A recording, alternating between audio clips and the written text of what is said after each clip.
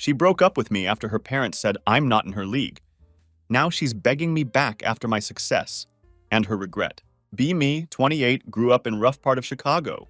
Raised by single mom after dad went for smokes and never came back. Mom is absolute unit. Works as ER nurse during days. Waitress at some fancy steakhouse at night. Still managed to show up at my school events somehow. Never had much growing up, but mom made sure I never felt poor. Started working at Uncle Tom's auto shop at 15. He tried to talk me out of it. Said I should focus on school, but tired of seeing mom working herself to death. Also sick of wearing thrift store clothes. Always been obsessed with cars anyway. Spent every class doodling car designs and beaten up notebooks. Watched every car modification video on YouTube. Uncle Tom's shop wasn't anything special. Just honest work for honest people. But that place became my real education. Started with sweeping floors and organizing tools. Old mechanics noticed my interest. Started teaching me their tricks. By 16, could do oil changes blindfolded. By 17, helping with complete engine rebuilds. Life changed when this guy rolls in with a clapped-out Shelby GT 500. Other shops said it was hopeless, but I saw potential. Spent 2 weeks after hours researching forums. Tried different fixes. Finally got it purring like new. Word spread fast. If you had a performance car needing serious work, Uncle Tom's became the place. And I became the guy to ask for. Graduated high school with decent grades. Thanks to mom constantly riding my ass about homework. College wasn't in the cards though. Went to trade school instead. Got all my certifications. That's where I met Catherine. Rich girl brings her Audi RS7 to the shop where I'm doing my apprenticeship. Nothing special about the car. Just another daddy-bought toy for her 21st birthday. But she was different from other rich girls. Actually seemed interested when I explained what was wrong. Didn't act disgusted by my grease-stained hands. Even laughed at my terrible car puns. Started dating few weeks later. Looking back now, I was probably her rebellion against her stuck-up family. Like how rich girls sometimes date the bad boy to piss off parents. Except I wasn't even a bad boy. Just a working-class guy who was good with cars. And had big dreams. First couple years were actually amazing. She'd bring me lunch at the shop. Not just any lunch. Fancy stuff from expensive places I'd never try myself. Would hang out while I worked on projects. Started doing side jobs. Saving every single penny. Had this vision of opening my own place. Not just another repair shop, but high-end custom garage.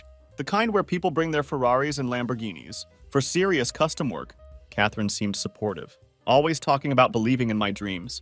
Her family, though. Holy shit. Imagine every stereotype about old money snobs. Multiply it by 20. Still wouldn't come close. Her dad, big-shot commercial real estate developer, would ask these condescending questions about my little car hobby at family dinners. Her mom was worse, constantly bringing up how her friend's kid was doing so well at dental school, or how her niece's husband just made partner at some prestigious law firm.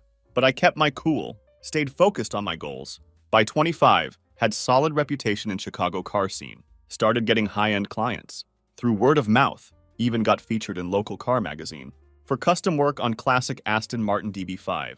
Things were looking up. Catherine and I had been together for 4 years. Talked about marriage, kids. The whole future was saving up for a ring. Nothing fancy, but it was honest money. Earned with my own 2 hands. Had this whole plan to propose right after securing the loan for my shop. Then everything went to absolute shit. Catherine's family hosted this fancy charity gala every year. Some Save the Whatever Foundation. Usually found excuses to skip these things. Nothing more uncomfortable than being surrounded by trust fund babies, who think changing their own oil is quirky and adventurous. But this time Catherine insisted. Said it was important to her family that I be there. Major red flag that I completely missed. Busted my ass that week. Finished client's McLaren P1 early just to make it. Even bought a new suit. Nothing super fancy, but definitely better than my usual Walmart specials. Spent 3 hours watching YouTube videos, learning how to tie a proper Windsor knot. Looking back, probably tried too hard, but wanted to make Catherine proud. Gala was at this ridiculous mansion outside the city. Had everything. Fountain in the driveway. Valet parking. Awkward moment when I recognized one of the valets. Dude used to work at Uncle Tom's. Place had enough crystal chandeliers to blind a small army. Felt out of place the second I walked in, but was trying to play it cool. That's when Brandon Wellington III made his grand entrance.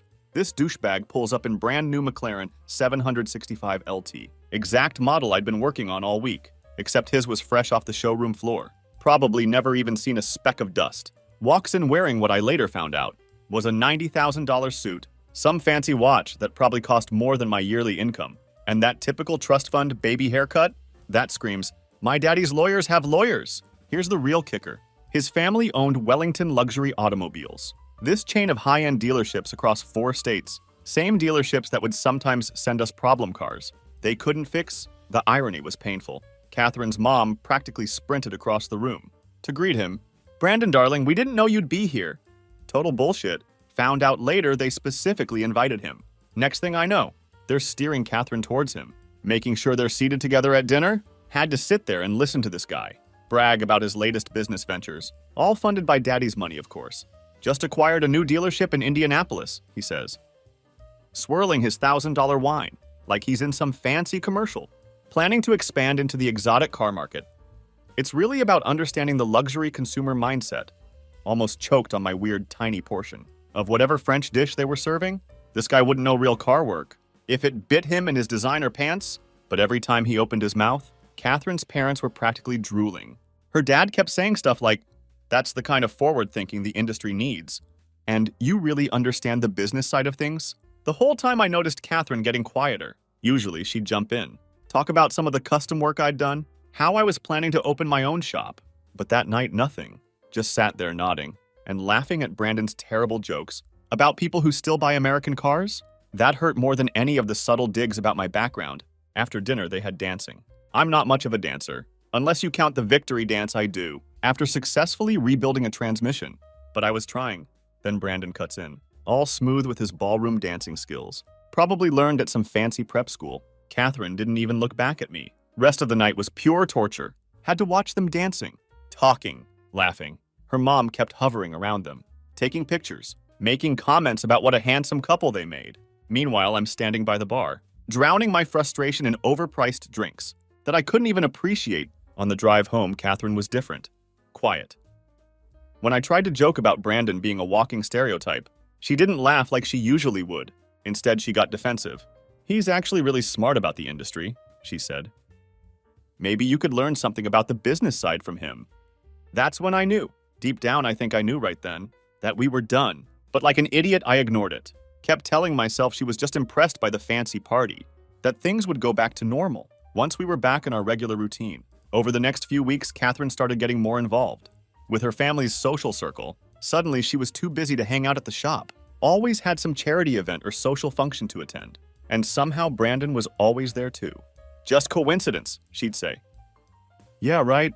The final straw came when I found out she'd been having business lunches with Brandon to discuss investment opportunities for my future shop. Apparently, he was interested in backing local talent. Sure, backing me right out of my relationship. It was a Thursday when my life imploded. Remember, because I just finished a complex engine rebuild on a client's Pagani Huayra. Was feeling pretty good about myself. Had grease all over my hands, but a fat check in my pocket. The kind of day that usually meant celebration beers. With the guys at the shop. Then Catherine texts, "Can we talk? I'll come by your place after work."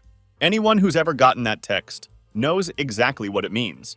But stupid me actually thought maybe she wanted to apologize for being distant lately. Rushed home, took the fastest shower of my life. Even cleaned up my small apartment above the shop. It wasn't much, but it was mine. Paid for with honest work and long hours. She shows up looking like she stepped out of a magazine. Designer everything. Hair done perfectly. Not a single thing out of place. Meanwhile, my hands still had motor oil under the nails. That wouldn't come out no matter how hard I scrubbed. The contrast hit different that day. "I think we need to take a break," she starts. Classic opener, right? But then comes the real gut punch. I've been doing a lot of thinking about my future. I just sat there on my worn-out couch while she went through her obviously rehearsed speech. How she needs stability. How she's at a point in her life where she needs to think about her future seriously. How her family made her realize some things. Then the kicker. She actually had the nerve to say, "Brandon helped me understand what I really want in life." Someone established. Someone who can provide the lifestyle I'm accustomed to. You know what's fucked up? I didn't even get mad. Didn't yell or throw things. Just sat there feeling like someone had ripped my heart out through my throat. 4 years of memories flashing through my mind. All the late nights she spent at the shop with me. All the plans we made. All the times she said she believed in my dreams. "What about the shop?" I asked. "What about everything we planned?" She actually rolled her eyes. Rolled her fucking eyes. Be realistic. Do you know how much capital it takes to compete with established luxury garages? Brandon says. I cut her off there. Brandon says? The guy who's never changed his own oil? That's who you're taking business advice from now? She got this look on her face, like I was some kid who just didn't understand how the real world works. This is exactly what I'm talking about. You're so focused on the technical side. You don't understand the business reality? Brandon has connections. He understands the luxury market. I stood up. Something in me just broke. Get out. What? Get the fuck out of my apartment. Take your designer bags, your business reality, and your Brandon, and get the fuck out! She looked shocked, probably expected me to beg, to promise I'd change, to grovel for another chance. Instead, I walked to the door and held it open. She left without another word. 2 days later, 2 fucking days. She's all over Instagram. Pictures of her and Brandon at some rooftop restaurant, his arm around her waist, both of them looking like they're shooting a commercial for rich people problems. Caption: sometimes life leads you exactly where you're meant to be. The worst part? The comments. All her rich friends saying stuff like, OMG, finally you guys are perfect together. And this is what you deserve, girl. Like our entire relationship was just some embarrassing phase she went through. Then came the real storm. Remember that Pagani I just finished working on? Owner calls the next day. Says the transmission's acting up again. I was so fucked up from the breakup. Must have missed something during reassembly. Had to eat the cost of fixing it. There went the fat check I was so proud of. More mistakes followed. Started drinking too much. Showing up to work late. Losing focus during jobs. Uncle Tom tried to talk to me about it, but I wasn't hearing it.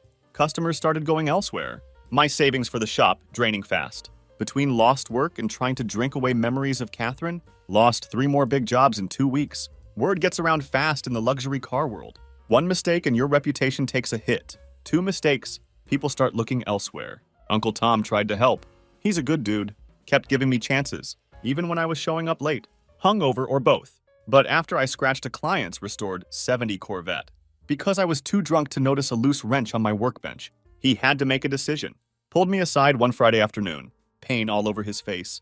Listen, kid, I love you like a son, but I can't let you work on cars like this. You're going to hurt yourself or someone else. Take some time. Get your head straight. That night I drank until I couldn't feel feelings anymore. Woke up on my bathroom floor to 3 missed calls from my landlord. Turns out I'd missed 2 months of rent on my apartment above the shop. Had been so fucked up, I didn't even notice the late notices piling up. The real kick in the teeth? My savings account was almost empty. 4 years of carefully saving every penny. For my dream shop, gone in less than 2 months of self-destruction. Between the botched jobs I had to make right, the drinking, and trying to keep up appearances, on the few dates I went on, like that was going to help, I'd burned through almost everything. Had to move back in with my mom at 26. She didn't say anything. When I showed up at her door, with 2 duffel bags and a box of tools, just hugged me and said dinner would be ready in an hour. But I saw her crying in the kitchen later that night. That destroyed me. Knowing I was making my mom cry, after everything she'd sacrificed to raise me right, started taking any job I could find, worked at O'Reilly Auto Parts during the day, delivered pizzas at night, but the worst? Had to take a job as a valet at this fancy steakhouse downtown, the same kind of place I used to dream about taking Catherine to. Once I made it, then it happened. The moment that really broke me, I'm standing there in my valet uniform, cheap polyester pants, and a red vest that made me look like a rejected Christmas elf. Up pulls this familiar McLaren 765 LT. That specific shade of volcano orange. That still haunts my dreams. Out steps Brandon, looking like a GQ model. And then Catherine, she was wearing this red dress. That probably cost more than my car. Designer everything. That tennis bracelet Brandon had posted about, giving her on Instagram. Yeah, I was still pathetically checking their socials. She saw me. I know she saw me, but she looked right through me. Like I was invisible, just handed me her clutch with this practiced smile. You give to the help, Brandon thought. This asshole actually recognized me. Gets this little smirk on his face, pulls out his wallet. Take good care of it, he says. Handing me a $100 bill. I know how rough things have been for you lately. I wanted to shove that bill down his throat. Wanted to tell him that I'd forgotten more about cars than he'd ever know. Wanted to point out that daddy's money doesn't make you a man. But you know what I did? Took the money because I needed it. Because my mom's AC was broken and she wouldn't let me pay to fix it. But I knew that 100 would cover the parts I needed. That night after my shift, I sat in my car, the same Shelby I'd been so proud of building up from nothing, now showing its age and neglect. Pulled out my phone, looked at Catherine's Instagram. There they were, at the same restaurant I just valeted at. Perfect couple, perfect life, perfect everything. 30 pounds of depression weighed on my frame, cheap uniform reeking of other people's cars, that $100 bill burning a hole in my pocket. That was my rock bottom. But here's the thing about hitting bottom. Once you're there, you've got nothing left to lose. Drove home that night, walked straight past my mom, watching her late night shows, into my old bedroom. That still had my high school trophies on the wall. Stood there looking in the mirror for what felt like hours. The guy looking back, I didn't recognize him anymore. Hadn't shaved in weeks. Dark circles under my eyes. Looked like a stranger wearing my face. That's when I made the decision. Capital T, capital D, because sometimes you have to completely break before you can rebuild. And rebuild? That's exactly what I was about to do. That $100 bill Brandon gave me, it changed everything, but not in the way he intended. The morning after the valet incident, I woke up at 4 a.m. Something inside me different. Walked to my bathroom, grabbed my mom's old digital scale, and faced the music. 242 pounds. I'd put on 47 pounds of pure depression weight. In just a few months, pulled out my phone, deleted every delivery app, unfollowed Catherine and Brandon on everything, downloaded a calorie tracking app instead. Then I did something I hadn't done since high school football, put on my old running shoes, and went for a run. Made it exactly 6 minutes. Before I thought my lungs would explode. But here's the thing about rock bottom. You've got nothing but time. No girlfriend to impress. No social life to maintain. No reputation to protect anymore. Just hours and hours to rebuild yourself. So I made a plan. A real one. Not some New Year's resolution type deal. 4:30 a.m. wake up. Protein shake. Learned about proper nutrition from YouTube. 5 a.m. gym. 7 a.m. O'Reilly shift. 4 p.m. valet job. 11 p.m. study business and marketing. Until I couldn't keep my eyes open, rinse and repeat. Every single day. The first month was hell. My body hurt constantly. Living with my mom at 26 felt like the ultimate failure. The valet job was a constant reminder of everything I'd lost. But I kept looking at that $100 bill on my wall. Kept thinking about Brandon's smirk. Used that anger, that humiliation as fuel. By month, 3 things started changing. Down 25 pounds. Started seeing muscle definition again. The regular customers at O'Reilly began asking what I was doing differently.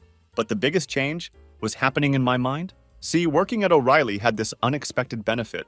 I got to talk to every kind of car guy in Chicago. From suburban dads working on weekend projects to serious collectors maintaining their classics. Started noticing patterns in what they complained about, what services they couldn't find, what they wished existed. The high-end guys especially. They kept bitching about how the dealerships, like Brandon's family's chain, were overcharging for basic work and screwing up the complex stuff. The more I listened, the more I saw a gap in the market. These guys wanted someone who understood both the mechanics and the luxury market. Remember that warehouse I mentioned earlier? Found it during a valet shift. This massive abandoned building in Wicker Park, right between the wealthy suburbs and downtown. Previous owner went bankrupt during COVID. The place was a mess. Broken windows, graffiti everywhere, probably some questionable residents in the corners. But holy shit, the bones were perfect. High ceilings, great location, massive doors that could fit any size vehicle. During my breaks, I'd sit in my car outside that building. Running numbers, sketching layouts, planning. The asking price was way out of my league, $400,000. But I couldn't stop thinking about it. Then came the breakthrough. One night, I'm valeting this beat-up Rolls-Royce Phantom. Yeah, that's a thing. Owner is this old-school Chicago businessman, Mr. Richardson. Car is making this weird noise. He's complained to 3 different dealerships. Spent thousands. Problem's still there. I hear it and immediately know what it is. Classic air suspension issue these models have. Tell him my diagnosis. He's skeptical but desperate. Says I can look at it after my shift if I want. Spent 2 hours in that parking lot, fixing his car with basic tools from my trunk. When I finish, he's shocked. Starts asking about my background. My plans? Told him everything. About the warehouse I wanted to buy. About my vision for a different kind of luxury garage. About how the current market was underserving guys like him. Must have talked for another hour. Next day he calls, wants to meet at his office. I show up in my best clothes, which wasn't saying much at that point. Hands still stained with motor oil. Despite scrubbing them raw, he has a proposal.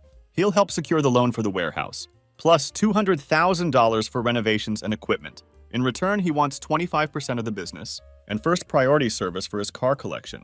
But here's the catch. I had 3 months to prove I could run a business. Had to create a complete business plan, marketing strategy, everything. Oh, and I had to get back in good standing with the luxury car community. No pressure, right? You know what I did? Grabbed every free business course online I could find. Spent my valet shifts studying the high-end clients. how they talked, what they valued, what made them trust a business. Used my O'Reilly connections to start rebuilding my reputation in the car community. Called in favors from every mechanic I'd ever helped. Lost another 20 pounds. Started dressing better. Not fancy, but professional, clean-pressed clothes. Even for the valet job. Changed how I talked, how I carried myself. Not pretending to be something I wasn't, but becoming the best version of who I could be. 3 months later, I walked into Mr. Richardson's office. A different man. Physically, mentally, professionally. Everything had changed. Slapped down a 100-page business plan that I'd rewritten 12 times. Had 5 luxury car owners ready to sign maintenance contracts. Had a complete renovation plan for the warehouse. He read through everything, looked at me for a long moment, then opened his desk drawer, pulled out a set of keys. The keys to the warehouse. He'd already bought it. Said he knew after week 2 that I was going to make it happen. Just wanted to see how far I'd push myself. That night, standing in my soon-to-be shop, covered in dust and cobwebs, I finally took that $100 bill down from my wall. Not because I was over it, but because I needed room for the building permit. That was going to change everything. Renovating that warehouse was like bringing a dead car back to life. You've got to strip everything down to bare metal before you can rebuild it properly. First day I walked in as the owner, found 3 homeless guys living in the corner office, and enough pigeons to start a racing team. The roof leaked in 17 different places. The concrete floor was cracked worse than my ex's moral compass. But man, there's something therapeutic about destroying things to rebuild them better. Spent 2 weeks just demolishing interior walls and clearing out decades of industrial crap. Mr. Richardson thought I was crazy for doing the demo work myself, but I needed this. Needed to feel every piece of this place transform under my hands. Remember that business plan I mentioned? Called for 3 months of renovation before opening. We did it in 7 weeks. I'm talking 18-hour days, sleeping on a cot in what would become the customer lounge, eating nothing but protein bars and gas station coffee. My mom would bring me clean clothes and actual food, telling me I was working too hard. But she didn't understand. This wasn't work. This was redemption. The floor ended up costing almost $50,000 to do right. Special epoxy coating that could handle everything, from oil spills to Bugatti tire marks. The lift's another $100,000 for the good stuff. None of that cheap hydraulic nonsense. That breaks down every other month. Every dollar spent was an investment in proving them wrong. Opening day was nothing fancy. No big ceremony. No ribbon cutting. Just opened the doors at 7 a.m. on a Tuesday. Had exactly 5 appointments scheduled. All Mr. Richardson's connections. By 8 a.m. had my first real test. Rolls-Royce Cullinan rolls in. Owner complaining about a weird noise in the suspension. Other shops had quoted him $15,000 for a complete system replacement. Took me 2 hours to diagnose and fix. A loose actuator that cost $300 in parts. The look on his face when I handed him the bill. Priceless. He called 3 friends. Before he even left the parking lot, that's when things started moving. Word spread through the luxury car community. Like wildfire. This new shop in Wicker Park. Guy who runs it actually knows what he's doing. Doesn't bullshit. Fair prices for quality work. By week 3, we were booked solid. 2 weeks out. Hired my first 2 mechanics. End of month 1. Both guys I knew from my Uncle Tom's shop days. Who'd been wanting to get into high-end work? Trained them myself. Made sure they understood my standards. No cutting corners. No overcharging just because the client has money. Then came the game changer. Remember that Ferrari restoration I mentioned way back? Owner was this big shot in the classic car world. Brings in his 1962 Ferrari 250 GTE. Previous shop had totally botched the engine rebuild. Wanted another $40,000 to fix their mistakes. Spent a week rebuilding that engine myself. Staying up till 3 a.m. Studying original Ferrari manuals. When I fired it up for the first time, that V12 singing like it just rolled out of Maranello. Man, I actually cried. Owner was so happy. He featured us in his car club newsletter. Next thing you know, we're getting calls from collectors across the country. 6 months in, had to hire 3 more mechanics. Built a reputation for being the shop. That could fix the impossible problems. The ones other shops, including certain dealership chains, couldn't figure out. Started getting calls from exotic car owners. Tired of dealing with dealership bullshit. Here's where it gets good. Started noticing a pattern. Lot of complaints about Wellington luxury automobiles. Brandon's daddy's chain, their service department was slipping. Charging crazy prices for basic work. Messing up complex jobs. Why? Because Brandon had convinced his old man to cut costs on technician training, figuring rich people would pay whatever they charged anyway. 1 year in, we had a 3-month waiting list. Had to start turning down regular cars to focus on exotics and classics. expanded to the building next door, doubled our workspace, installed a specialized Ferrari diagnostic system. That cost more than my first house would have. Then one day, this familiar McLaren 765 LT pulls up outside. Not for service, just parked there, while its owner went to the new coffee shop across the street. Volcano orange paint looking a little dull now, brake rotors showing heavy wear. Could tell from the sound it needed a carbon cleaning bad, but the owner hadn't figured out who I was yet. See, I'd stayed pretty low-key. No social media presence, no advertising, all word of mouth. Local business magazines had done some pieces on the shop, but I always declined photos. Wasn't about me, was about the work. But now, watching that McLaren sit there, knowing what was coming, man, karma was about to call in her markers. Remember that tired-looking McLaren 765 LT I mentioned? 2 weeks after I saw it outside my shop, it finally showed up as a customer, not with Brandon driving. He'd sent one of his dealership's porters. Apparently the car was running rough, and their techs couldn't figure out why. The porter handed me the keys, without having any idea who I was. Did a full inspection while the porter waited. Car was a mess. Carbon buildup, worn brake pads, transmission fluid that probably hadn't been changed since it left the factory. Classic signs of an owner who cares more about the badge than the machine. Wrote up a full estimate, handed it to the porter. Total came to about $18,000 worth of work needed. Porter called Brandon right there in my office. I could hear Brandon through the phone. That's ridiculous. Our service department said it just needs a tune-up.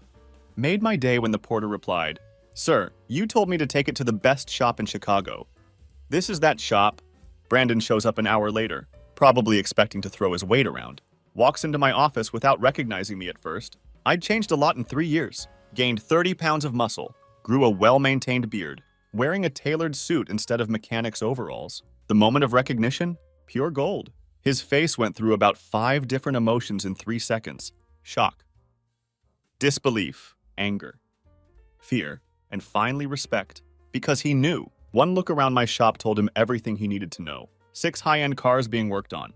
3 Ferrari certificates on the wall. And a waiting list so long we had to stop taking new clients. How? He started to ask. Hard work, I cut him off. Something daddy's money can't buy? He tried to save face. Started talking about how we should collaborate. His dealership chain was struggling. Turned out cutting corners on service wasn't such a great long-term strategy. But I wasn't interested in helping the guy who took everything from me. Your car will be ready in 2 weeks, I told him. Standard payment terms, 50% upfront. The best part? He paid. Had no choice, really. His reputation was on the line, and his dealership couldn't fix the car properly. But that was just the appetizer. Main course came about a month later, when I got an interesting email. Wellington Luxury Automobiles was looking to sell some of their locations. Turns out their service department's reputation had tanked so bad they were losing millions. High-end clients were leaving in droves, many of them coming to us. Remember Mr. Richardson, my mentor and investor? Turns out he sits on the board of several banks. Banks that held the Wellington family's business loans. One phone call from him, and suddenly those loans were being reviewed closely. The real cherry on top? Catherine showed up at my shop unannounced one afternoon. She looked different. The designer clothes were gone, replaced by regular retail stuff. That perfect rich girl polish had faded. Turned out Brandon's family's financial troubles had hit home. No more unlimited credit cards. No more luxury shopping sprees. I made a mistake, she said. Standing in my office, the same office where I'd once dreamed of building something great. I never should have left. You were the real thing. And I was too blind to see it. Just then Olivia walked in, my girlfriend of 2 years, former professional race car driver. Now runs her own performance parts manufacturing company. She's everything Catherine pretended to be. Smart. Driven. Genuine. The look on Catherine's face. When Olivia kissed me hello, better than any revenge I could have planned. The mistake wasn't leaving, I told Catherine. The mistake was thinking I needed you to succeed. Today, my shop is the go-to place for exotic cars in the Midwest. We've got a 6-month waiting list, 3 locations, and a reputation for excellence. That money can't buy. Brandon's family had to sell most of their dealerships. Karma's a bitch when you build your success on other people's failure. Last I heard he's working as a used car salesman in Minneapolis. Catherine? She's still with him, but not by choice. Turns out when you build your whole life around someone else's money, it's hard to walk away when that money disappears. Her Instagram these days is all blessed with what matters posts. You know the kind people make when they're trying to convince themselves they're happy. Me? I just signed a deal to open 2 more locations. Olivia and I are getting married next spring. Having the ceremony in the first warehouse I renovated. Mr. Richardson's going to be my best man. That $100 bill Brandon gave me when I was a valet? It's framed in my office, right next to last year's Entrepreneur of the Year award. Sometimes I think about that night as a valet, watching them walk into that restaurant like they owned the world. Everything I've built since then, it's not about revenge. It's about proving that real success comes from genuine passion, hard work, and never letting someone else define your worth. The empire I built, it's not built on family connections or trust funds. It's built on stripped knuckles, late nights, and a genuine love for what I do, and that's something no one can ever take away.